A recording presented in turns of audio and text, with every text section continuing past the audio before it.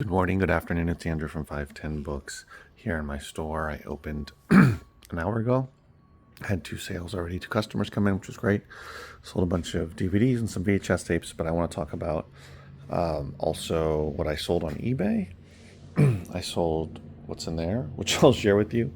I sold a VHS tape and 2 books. This one actually came in as I was printing out the labels for the other ones, which is great. I sold this sealed VHS tape for $5 and change plus shipping. 1995 World Series. This was in a local buy from March that I spent $50 on. There's a bunch of stuff in there. I've already made my money back. That one I knew wasn't going to sell for much, but it did sell. It is sealed. I sold this Voyages of Captain Kringle and the Good Ship Swan. It's actually from 1945. I wrapped it up in this what is a vinyl sleeve. Oh, just realized that. So it won't get damaged. I just realized I gotta take off this Post-it. Oh well. But this sold for 30 and change. It's from 1945. Cool little book. It's kind of falling apart though. This one is the one that came in today at the last second. Washakie, a Wyoming County History by Ray Pendergrass. This is from 1985. And this sold for $26.24 plus shipping. This came from my other bookstore. Pulled it off the shelf. And then this box here is holding this Kodachrome film slides. It comes in the metal box. This was from a local pickup. A bunch of books that I've gotten the last few months from somebody.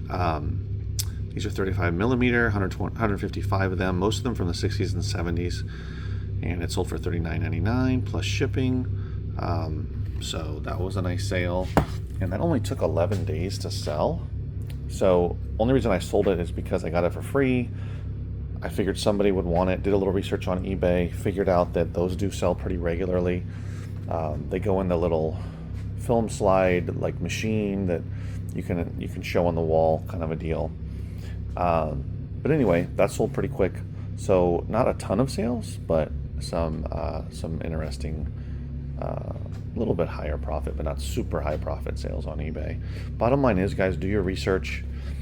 The time you invest in researching items to sell is where you're really going to make your money, because then you get an idea of whether it's worth selling, how much it's probably going to sell for, how long is it going to take.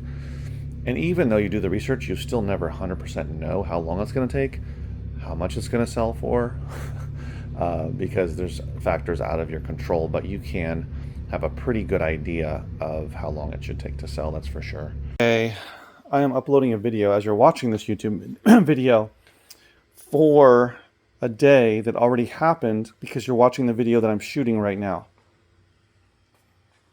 Is that Twilight Zone stuff for you? Okay, anyway, so today I picked up more boxes of books. I still have 6 more to go.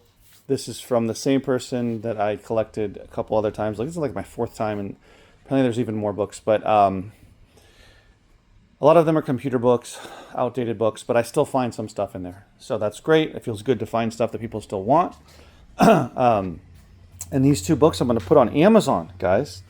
Would you think Beyond the Quantum by Michael Talbot would be worth money? I'm going to list it for $31 on Amazon.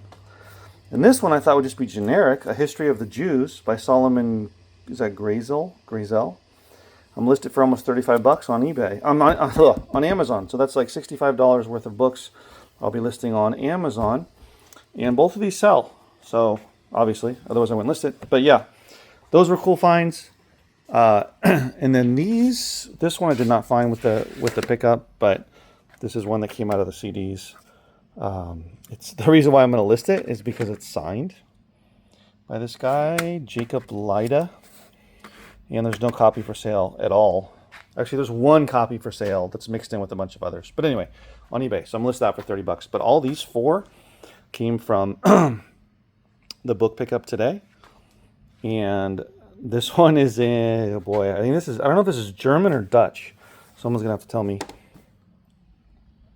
Volksvermaak. That sounds Dutch, no? I don't know.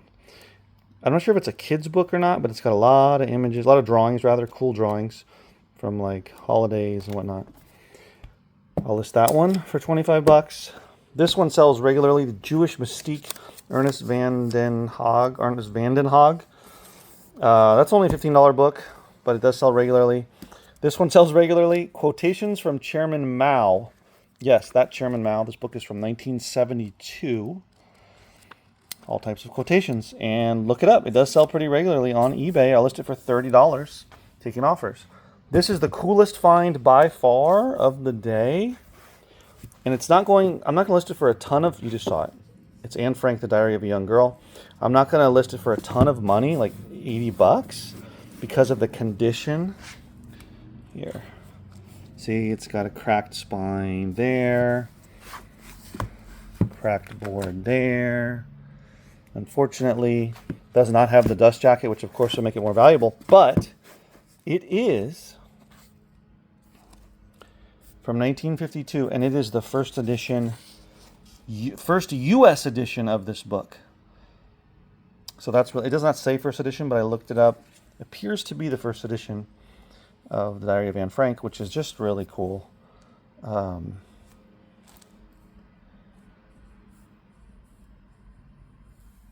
Wow. Anyway, sorry. Looking at the photos here. Obviously, the original first pressing, printing press is probably worth who knows how much money. The German one, or is it in German? Anyway, that's probably worth a ton of money. But this is, with the dust jacket in exceptional condition, I was seeing this going for $200+. So just a really cool find, historical. I'm sure most of you have read the book. So that's what I found. A lot of the other books are just not going to work out when it comes to keeping them even for the store. I did find some